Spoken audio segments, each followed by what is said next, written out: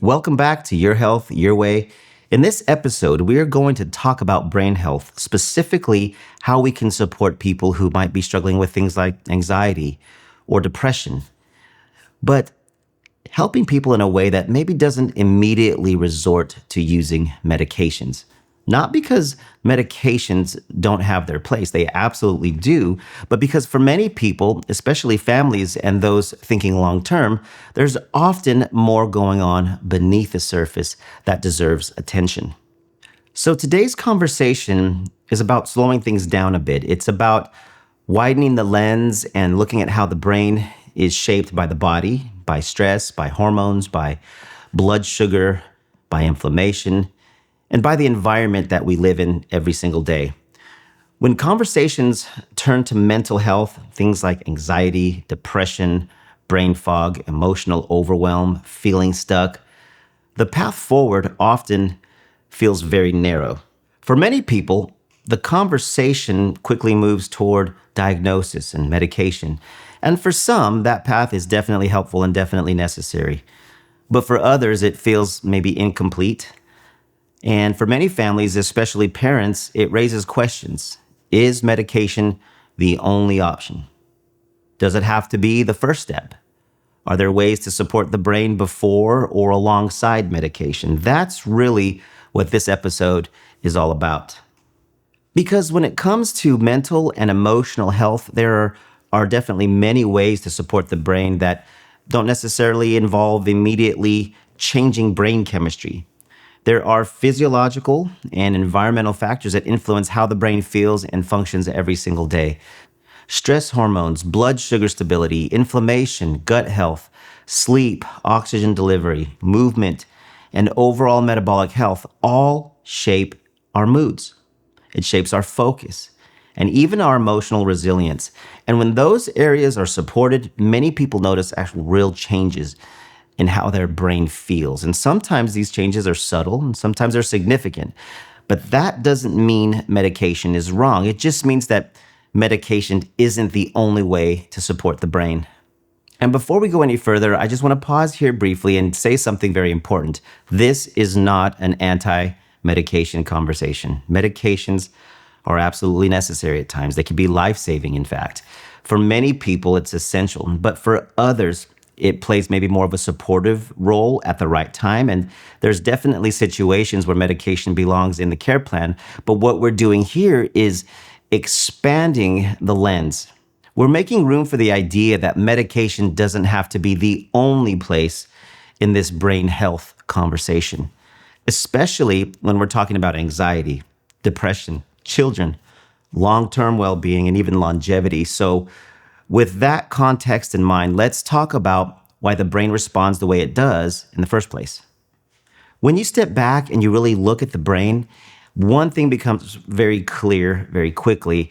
It doesn't operate on its own. The brain is constantly responding to signals from the rest of the body. So when someone is dealing with anxiety, low mood, or brain fog, or let's say difficulty concentrating, or if they're maybe feeling emotionally exhausted or feeling stuck, it's rarely because the brain is broken. More often, the brain is responding exactly as it should to signals that are way out of balance.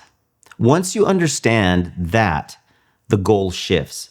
Supporting the brain becomes less about forcing it to behave differently, and it's really more about improving the conditions that the brain is operating in.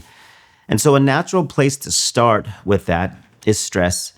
Most of us live with some level of chronic stress, whether we realize it or not.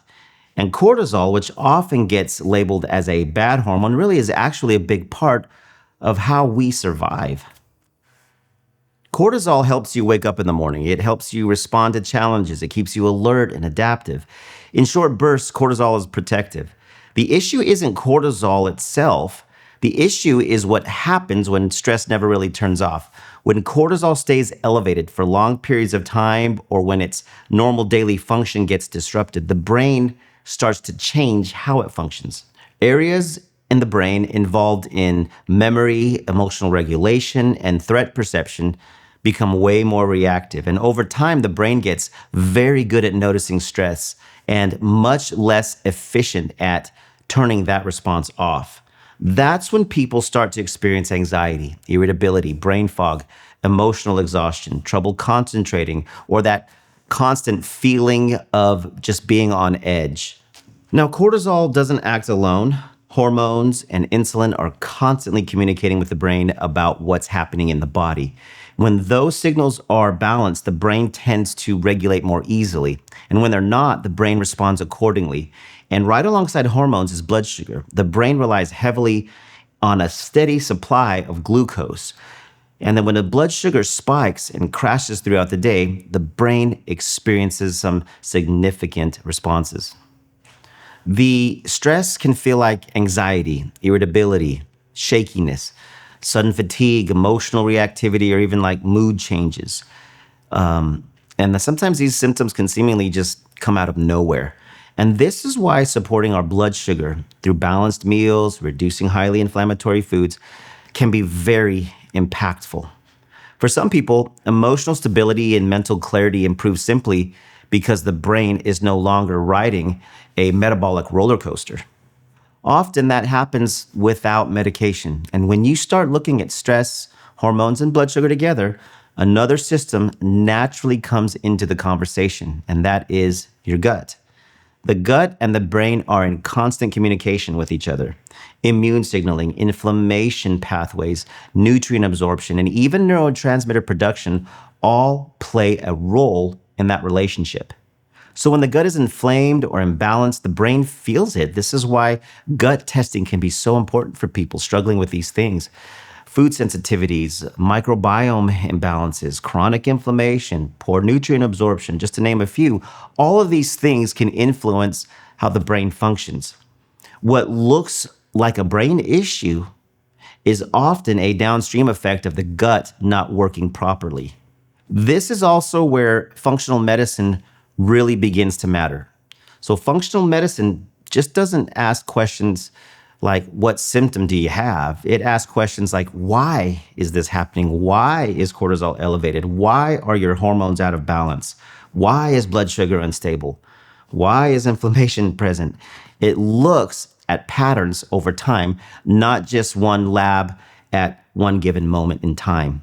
And this matters because the brain doesn't age in isolation. It ages in response to things like inflammation, metabolic health, hormonal signaling, nutrient status, your sleep quality, and stress exposure, even across decades. So when those foundations are supported consistently, the brain becomes far more resilient, not just now, but for the long term. And once those basics are addressed, supportive therapies can definitely now be layered in very thoughtfully. And one of those is oxygen. What many people don't realize is the brain is very metabolically active. And even though it represents a very small percentage of one's body weight, it consumes a very large portion of the body's oxygen and energy. So when oxygen delivery is compromised because of things like inflammation or prolonged stress or even injury, the brain has to work much harder just to function. That's why modalities like hyperbaric oxygen therapy can be so supportive of the brain. Oxygen isn't just something we breathe, it's actually essential for how our brain cells create energy, communicate, and even recover. When oxygen delivery is reduced, the brain has to function under less than ideal conditions. And that can show up in various ways, things like brain fog, emotional fatigue, slower processing, difficulty concentrating, or feeling like your brain just doesn't have the same capacity as maybe it used to. Hyperbaric oxygen therapy is working by improving that environment. So during a session, a person just breathes concentrated oxygen inside a pressurized chamber. That pressure allows significantly more oxygen to dissolve into the bloodstream than normal breathing alone. Because of that, oxygen can reach tissues way more efficiently, including areas of the brain that may not be getting optimal oxygen delivery. What's important here is why that matters.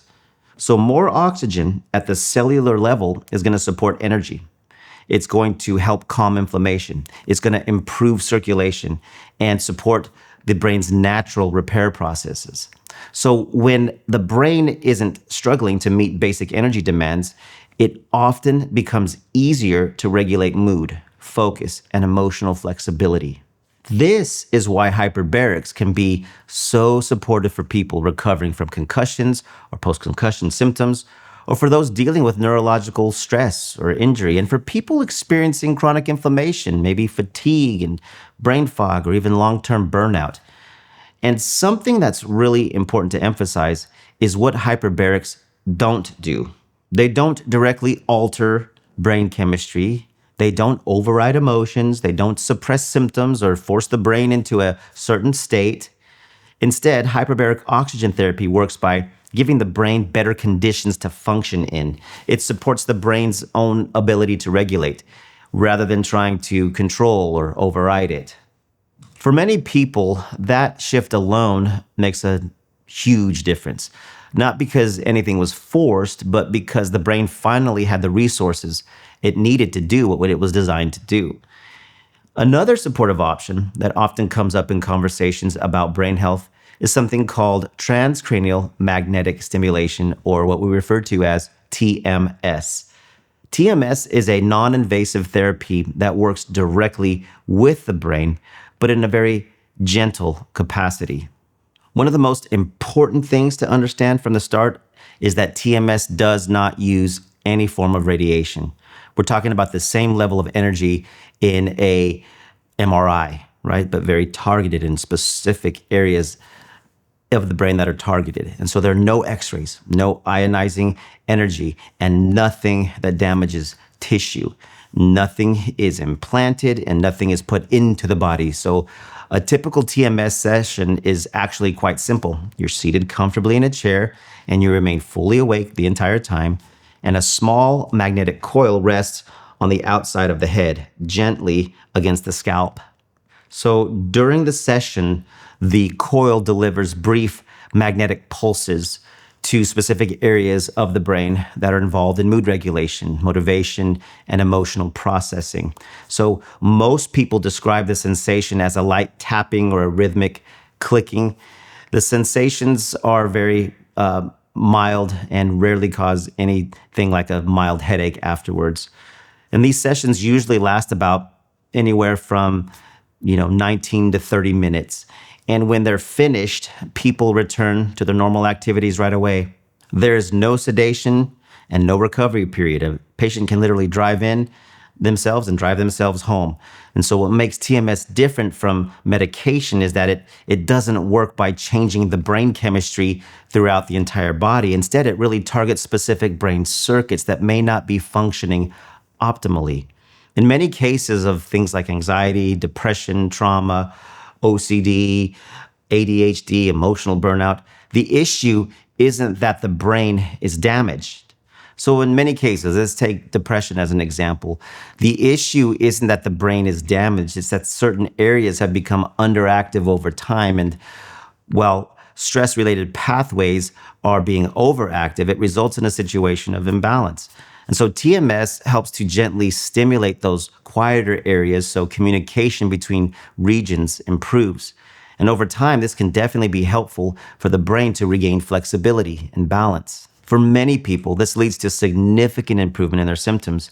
And in some cases, symptoms largely resolve, not because the brain has been forced into, a different state, but because it was supported in doing what it already knows how to do. This is why TMS is FDA approved for specific conditions like depression, OCD, and anxiety. It's actually used in many other diagnoses as well. But it's often considered for people who haven't had maybe successful treatments with medications. Maybe they've experienced bad side effects, or maybe they just prefer not to rely on medications as their primary or long-term approach. Let's take children and adolescents, for example. Now, TMS can definitely be of great support and value to a child or adolescent who's struggling with certain issues with their mental health. Why? Because it's non-invasive, it's non-systemic, and people more and more are looking for alternatives to medications. There's no daily pill and no chemical load on a developing brain, which matters to many families who are exploring supportive options. And that's not to say that if you're on a medication or your child's on a medication, that we can't continue that medication while doing TMS. In fact, at times, we are able to reduce medication significantly, and hopefully and ideally, we're able to get people off of the medication because the TMS is actually that effective. And so at its core, TMS, again, isn't about controlling the brain. It's about helping the brain re-engage healthier patterns and restore balance, often allowing people to feel more like themselves again. And so when TMS is combined with foundational support, like addressing stress hormones, blood sugar, inflammation, sleep, nutrition, overall health, it can become a part of a very thoughtful, integrated approach to brain health. And that's where these other modalities come in. They're not about fixing the brain. They're about helping it regulate, recover, helping the brain to adapt more easily over time. So another way of doing that is through something called neurofeedback. Neurofeedback works by giving the brain information about itself in real time. Sensors monitor brainwave activity and reflect that activity back through simple visual or auditory cues. The brain begins to recognize which patterns feel calmer, clearer, and more efficient. What's important is that nothing is imposed on the brain. There's no stimulation and no chemistry change.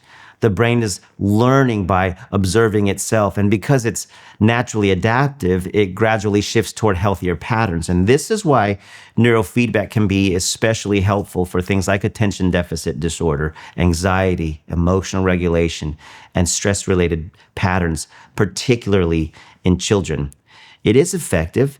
It is not necessarily as effective as things like TMS, but it is a great adjunct to add to your plan of care if needed.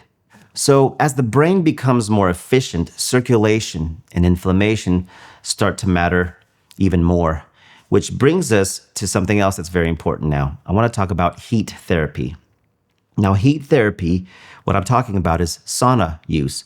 And saunas really help support the brain by increasing circulation. And better circulation means more oxygen, more nutrients to reach the brain. And it also helps in clearing metabolic waste more effectively. And at the same time, heat helps to reduce overall inflammatory burden in the body. And it specifically works by helping to increase what we call heat shock proteins that actually work in helping to heal the body. When inflammation decreases, the brain often becomes less reactive. And so people frequently notice maybe they're thinking clearer, maybe their mood is improved, maybe they feel more stable in their thoughts, and maybe they have more emotional flexibility. Not because anything dramatic happened, but because the system is simply under less strain. So let's shift gears and talk about another foundational piece that ties all of this together, and that is light exposure and circadian rhythms. So the brain uses light as its primary timing signal. Morning light helps to reduce cortisol. Darkness in the evening allows melatonin to rise. And so when those rhythms are consistent, mood, focus, and emotional regulation, all of these things tend to improve. When circadian rhythm is disrupted through irregular sleep schedules, too much artificial light at night, like being on your screens, or maybe not enough daylight, the brain actually loses its sense of timing. So supporting circadian rhythm gives the brain predictable cues, which makes regulation feel easier rather than forced. And that brings us to something else that is very important. And in fact, in the most immediate way to influence your brain state is through something very simple. And it's something that we're doing every day, at every moment, without even consciously thinking about it. And that has to do with our breathing. Breath work communicates safety or stress to the brain moment by moment. Slow, intentional breathing activates calming pathways and reduces stress signaling. We call this activation of the parasympathetic nervous system. It's one of the few tools that works immediately without needing analysis or effort. So for people who feel chronically overwhelmed, breath work creates space, physically, emotionally, and mentally, for calm, presence, and clarity. Everything that we've discussed now is bringing us to this next topic that I want to discuss, and that is that all of this is supported by two important foundations that can't really be replaced, and that is movement and sleep. The brain is kept healthy in a moving body. Movement improves blood flow. It supports neurotransmitter balance. It reduces inflammation and enhances neuroplasticity. So when movement is absent, we see things like mental fog and emotional fatigue begin to set in. And so when we're not moving, we need to talk about sleep. Sleep is where the brain repairs itself. It's so important. And during sleep, metabolic waste is cleared. Emotional experiences are processed and neural pathways are actually reorganized. So no modality can fully compensate for inadequate sleep.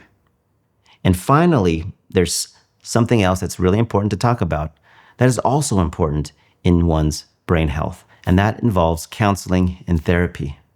Therapy plays a critical role in integrating the emotional experiences, maybe reshaping meaning and building healthier relational patterns.